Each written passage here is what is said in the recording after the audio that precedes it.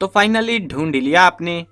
हाँ, मुझे उम्मीद थी आप ढूंढ लोगे। आज हम बात करेंगे कक्षा 11 हिंदी, और आपकी बुक का नाम है आरोह भाग 1।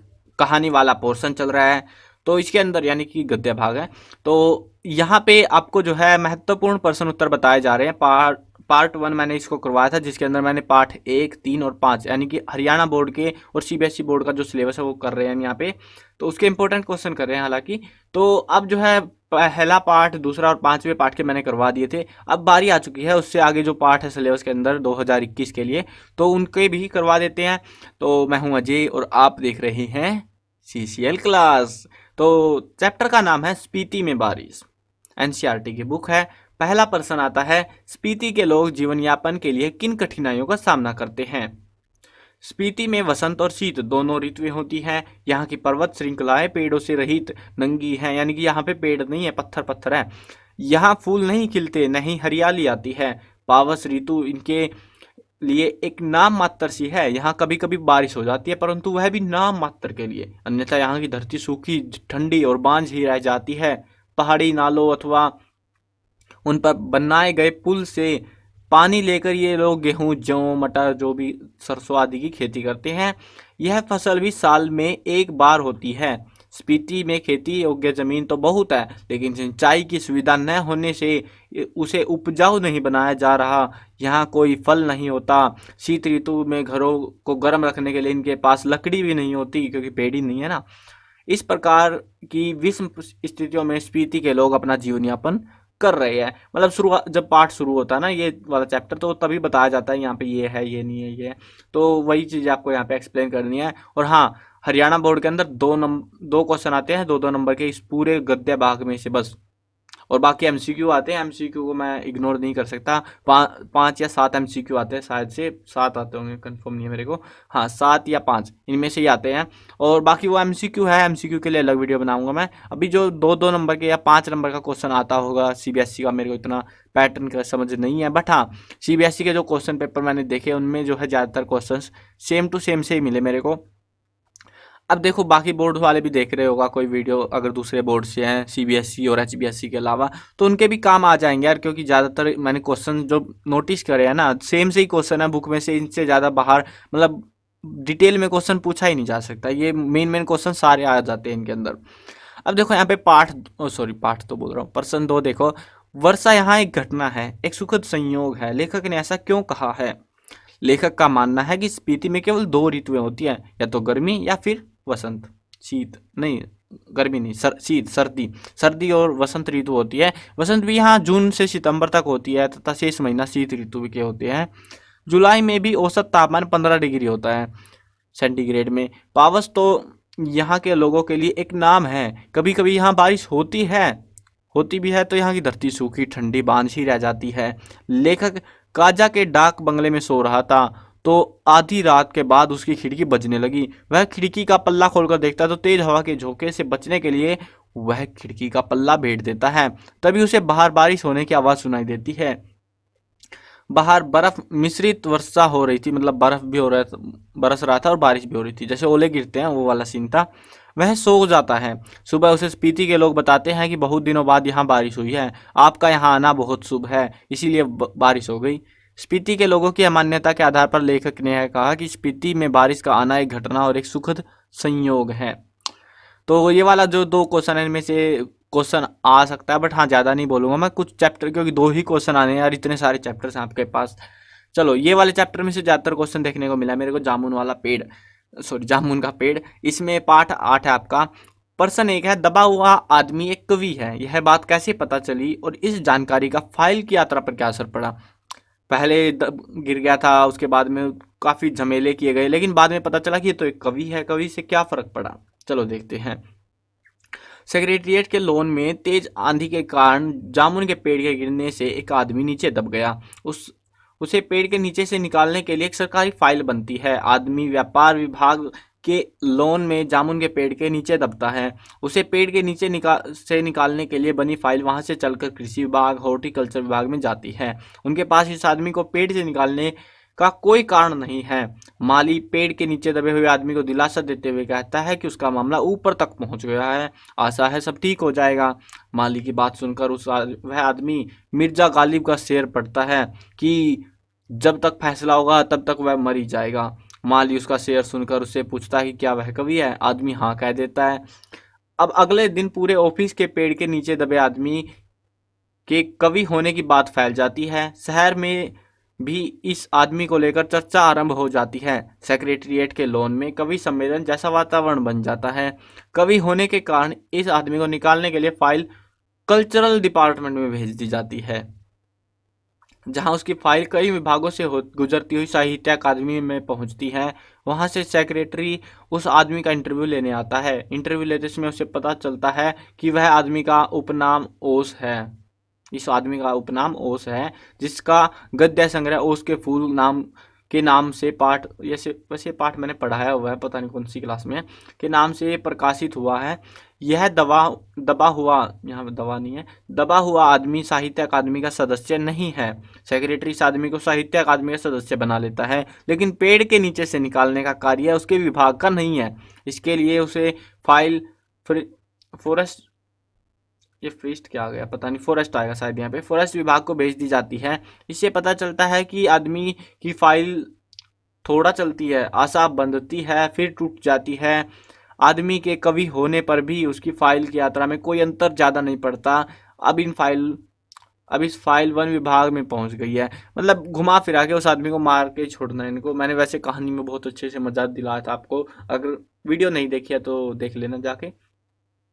अब देखो प्रश्न 2, कृषि विभाग वालों ने मामले को हॉर्टिकल्चर विभाग को सौंपने का के पीछे क्या कारण दिया, तर्क दिया।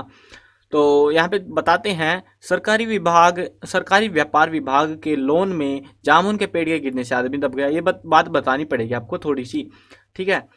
उसे निकालने की अपेक्षा व्यापार विभाग वालों ने मामला कृषि विभाग में आता है कहकर कृषि विभाग पर डाल दिया। कृषि विभाग वाले अधिकारियों ने जामुन के पेड़ के नीचे से आदमी निकालने का मामला हॉर्टिकल्चर विभाग पर डाल दिया। अब हॉर्टिकल्चर वालों में मामला देने के पीछे रीजन तो देना पड़ेगा ना, क्यों भेजा हमारे पास। के पीछे कृषि विभाग ने कारण बताया कि कृषि विभाग अनाज और खेती बाड़ी से संबंधित मामलों में फैसले करने का अधिकार रखता है। जामुन का पेड़ एक फलदार पेड़ है, इसीलिए इस मामले का हॉर्टिकल्चर डिपार्टमेंट के अंतर्गत आता है। इसीलिए इस समस्या का हल तुमको ही करना पड़ेगा। अब देखो नेक्स्ट क्वेश्चन, ये काफी इंपॉर्टेंट क्वेश्चन है। जामुन का पेड़ कथा में निहित व्यंग्य स्पष्ट कीजिए। कई बार मूल भाव बोल देते हैं, मूल भाव स्पष्ट कीजिए। एक ही बात होती है, आंसर सेम रहता है। आपको क्या बताना है, जामुन का पेड़ कृष्णचंद्र द्वारा रचित एक हास्य व्यंग्य रचना है। इसमें लेखक ने सचिवालय के प्रांगण में तेज आंधी के गिरने के कारण गिरे एक जामुन के पेड़ के नीचे दबे हुए आदमी को निकालने के लिए की जा रही सरकारी खींचतान का वर्णन करते हुए बताया है कि किस प्रकार सरकारी कार्यालयों में जरा सी बात का भी तुरंत निपटारा नहीं किया जाता, अपितु उसे प्रधानमंत्री के आदेश की प्रतीक्षा करनी पड़ती है। जामुन के पेड़ के नीचे दबे उस आदमी को कुछ लोग जामुन के पेड़ के तने को उठाकर उस दबे हुए आदमी को निकाल कर उसकी जान बचा सकते थे, लेकिन नहीं, परंतु लाल फीताशाही सरकार की कछुआ चाल के कारण जब तक जामुन के पेड़ को काटने के आदेश मिलते हैं, दबे हुए आदमी की मौत हो जाती है। लेखक ने सरकारी तंत्र पर व्यंग्य किया है कि जो कोई काम करने के स्थान पर उसे टालने में विश्वास रखता है, उसके लिए मानवीय संवेदनाएं मूल्यहीन हैं। वे केवल कानून का अंधानुकरण ही करना जानते हैं। लेखक ऐसी व्यवस्था को बेनकाब कर इसे बदलने की प्रेरणा देता है। नेक्स्ट क्वेश्चन देखो, विदेश विभाग पेड़ को काटने क्यों नहीं दे रहा था। ये भी काफी बार पूछा गया, क्यों नहीं काटने दे रहा था। इनमें से किसी न किसी विभाग के बारे में पूछ ही लेते हैं ये लोग, लेकिन हाँ इस चैप्टर से क्वेश्चन बहुत बार आता है। अब देखो, विदेश विभाग पेड़ को काटने इसलिए नहीं दे रहा था क्योंकि इस पेड़ को 10 साल पहले पिटोनिया राज्य के प्रधानमंत्री ने लगाया था। यदि इस पेड़ को काट दिया तो पिटोनिया सरकार से हमारे संबंधों के बिगड़ने की आशंका थी। अगला पार्ट देखो, अब भारत माता, इसमें से कुछ प्रश्न आ सकते हैं। पहला प्रश्न है, नेहरू जी भारत के सभी किसानों से कौन सा प्रश्न बार बार करते थे। ये भी बहुत इंपॉर्टेंट है, बहुत बार आया है। नेहरू जी जब भी कहीं सभा में भाषण देने जाते तो वहां एकत्र लोग उनका स्वागत भारत माता की जय का नारा लगाकर किया करते थे। वे वहां उपस्थित किसानों से पूछते थे कि उस नारे से उनका मतलब क्या है, यह भारत माता कौन है। इस भारत माता की जय वे क्यों चाहते हैं? इसके उनके इस प्रश्न का वे लोग कोई जवाब तो नहीं दे पाते थे और एक दूसरे की तरफ और नेहरू की तरफ देखने लगते। उन्हें नेहरू जी के इस प्रश्न से हैरानी होती थी कि वे उन लोगों से ऐसा प्रश्न पूछ ही क्यों रहे हैं। नेक्स्ट प्रश्न है, किसान सामान्यतः भारत माता का क्या अर्थ लेते थे? नेहरू जी जब भी कहीं किसी सभा को संबोधित करते, उनका स्वागत भारत माता की जय के नारे से शुरू किया जाता। वे वहां उपस्थित किसानों से उसका अर्थ पूछते, परंतु कोई बता नहीं पाता। एक बार एक हट्टे कट्टे किसान ने उन्हें बताया कि भारत माँ से मतलब हमारा धरती से है। तब नेहरू जी ने उन्हें समझाया कि नहीं रे, उनके गांव, जिले, प्रांत, सारे हिंदुस्तान की धरती, नदियां, पहाड़, जंगल, खेत, सब कुछ भारत माता है। ये दोनों क्वेश्चन का देखो लॉजिक दोनों का सेम सा ही है, ज्यादा फर्क नहीं है इनमें। नेक्स्ट प्रश्न देखो आप, भारत माता के प्रति नेहरू जी की क्या अवधारणा थी? ये भी सेम सा ही आंसर है, ज्यादा फर्क नहीं आएगा। नेहरू जी के अनुसार भारत माता केवल एक देश नहीं है, बल्कि इस देश का प्रत्येक गांव, जिला, शहर, नदी, पहाड़, खेत, जो भी कुछ आपको दिखाई पड़ता है और जो कुछ जानते हो वो सब कुछ भारत माता है। वे भारत माता की जय का अर्थ इनकी इन सब की जय मानते हैं। उनका मानना है कि जब करोड़ों लोग भारत माता है तो इसका तात्पर्य है कि प्रत्येक व्यक्ति भारत माता का हिस्सा है, इसीलिए एक व्यक्ति भी भारत माता है। नेक्स्ट प्रश्न, आजादी से पहले किसानों को किन समस्याओं का सामना करना पड़ता था? अब आपके मन में, सुनो एक मिनट रुको, यहाँ पे मुझे लग रहा है आपके मन में ये भी डाउट आएगा कि सर आप एक्सप्लेन तो कर ही नहीं रहे। भाई देखो, इसमें एक्सप्लेन करने का कुछ नहीं है, सीधी सी बात है, कहानी पता होनी चाहिए और ये बना के भी लिख सकते हो। ऐसा नहीं है कि रटना है आपको बहुत बड़ी मतलब खतरनाक चीज़ है कि एक्सप्लेनेशन के बिना तो भाई समझ में नहीं आएगा। बहुत आसान सी है, साथ में मैं इसीलिए स्क्रीन के थ्रू पढ़ा रहा हूँ ताकि आपको जो है क्लियरली आप भी चाहो तो आराम से बैठ के पढ़ सको। वैसे पढ़ना ही होता है, इनको ज़्यादा कुछ होता नहीं है इनमें।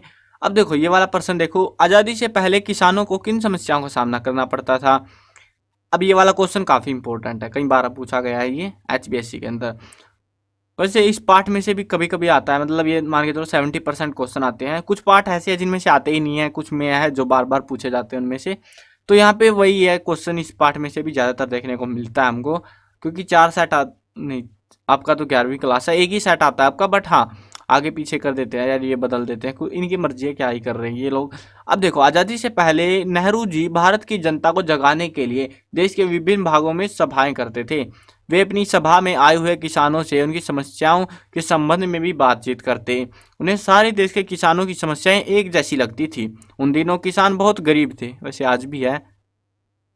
वे कर्ज के बोझ से दबे हुए थे। पूंजीपति और जमींदार उनका शोषण करते थे। महाजन का ब्याज चुकाते चुकाते उनकी पीढ़ियां समाप्त हो गई। उन्हें भारी लगान देना पड़ता और पुलिस के अत्याचार को भी सहन करना पड़ता था। तो ये सारी समस्याएं किसकी थी? किसानों की। पहले थी, आज भी है, लेकिन इतनी नहीं है, बट हाँ है प्रॉब्लम्स आज भी। नेक्स्ट प्रश्न है, भारत माता पाठ का मूल भाव स्पष्ट कीजिए। देखो ये बात बता देता हूँ आपको, अगर कहीं प्रश्न मिलता है, गाइड वाइड पढ़ रहे हो आप, तो मूल भाव जो वाले जो प्रश्न होते हैं वो जरूर पढ़ने चाहिए आपको, क्योंकि उनमें से एक ना एक प्रश्न मिलता है। तो ये बात मेरे को बतानी थी, बता दी। अब देखो मूल भाव जान लेते हैं हम। भारत माता पाठ में जवाहरलाल नेहरू ने यह स्पष्ट किया है कि अनेक भागों में बटा होने पर भी हिंदुस्तान एक देश है। इस देश के लोगों की समस्याएं भी एक समान ही है, जिसका मुख्य कारण है हमारा पराधीन होना। इसीलिए हमें इस गुलामी से आज़ाद होने के लिए एकजुट हो जाना चाहिए। वे भारत माता का स्वरूप स्पष्ट करते हुए कहते हैं कि भारत माता केवल भारत की धरती, पहाड़, नदियाँ, जंगल, खेत आदि ये सब नहीं है, बल्कि इस देश के रहने वाले करोड़ों लोग भी भारत माता हैं। इसीलिए भारत माता की जय का अर्थ है आपकी जय, यानी कि उन सभी लोगों की जय। अगला प्रश्न देखो, नेहरू जी ने किसानों की किन समस्याओं की ओर संकेत किया है? देखो प्रश्न देखो, आप नोटिस कर रहे हो कि सेम सा ही है, आंसर सेम सा ही है, थोड़ा बहुत फर्क, मामूली सा फर्क किया जा रहा है बस इनमें, और ज्यादातर में सेम सा ही आंसर लिखना आपको। नेहरू जी ने किसानों की किन समस्याओं की ओर संकेत किया है? नेहरू जी के अनुसार भारत के अधिकांश प्रदेशों के किसानों की समस्याएं एक जैसी है। वे गरीब, कर्जदारी से ग्रस्त हैं।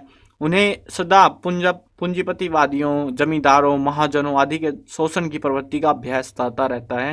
वे पुलिस के अत्याचारों, कड़े लगान और सूद के से परेशान हैं। अगला प्रश्न देखो, नेहरू जी ने राष्ट्र की एकता का संदेश कैसे दिया?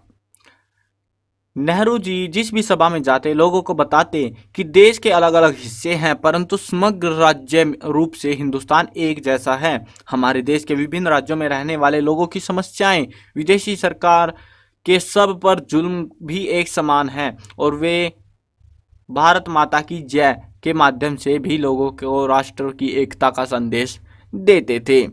तो ये था, आई होप आपको समझ में आया होगा। वैसे समझने का कुछ था ही नहीं यार, इसमें बहुत इजी क्वेश्चंस थे। हाँ, इनको पढ़ लेना, अगर आपको मतलब ऐसे वीडियो तो याद नहीं रह पाएगी आपको, बट हाँ पढ़ना है यार। लिंक मिलेगा नीचे डिस्क्रिप्शन में, चेकआउट कर लेना। रिटर्न में मिल जाएंगे सारे क्वेश्चन आंसर हमारी ऑफिशियल वेबसाइट cclchapter.com के ऊपर मैंने लिख रखे हैं। बाकी कुछ बुक्स के सॉल्यूशन है, क्वेश्चन आंसर, बहुत सारी चीज़ें हैं, आप उस पर जाके देख लेना अगर कहीं नहीं बनती है तो बात। तो वीडियो करते हैं ख़त्म। मैं कवर करने वाला हूँ क्लास 8, 9, 10, 11 और 12th क्लास की सभी सब्जेक्ट्स की videos, Hindi medium English medium दोनों में होने वाली है। तो यार इंतज़ार किसका कर रहे हो आप? सब्सक्राइब का बटन नीचे है, सब्सक्राइब करो और साथ में घंटी दबाओ ताकि आपको ये अपडेट ना मिस कर बैठो। हमारे कोई भी नया देते हैं हम आपको अपडेट तो छूट ना पाए आपसे।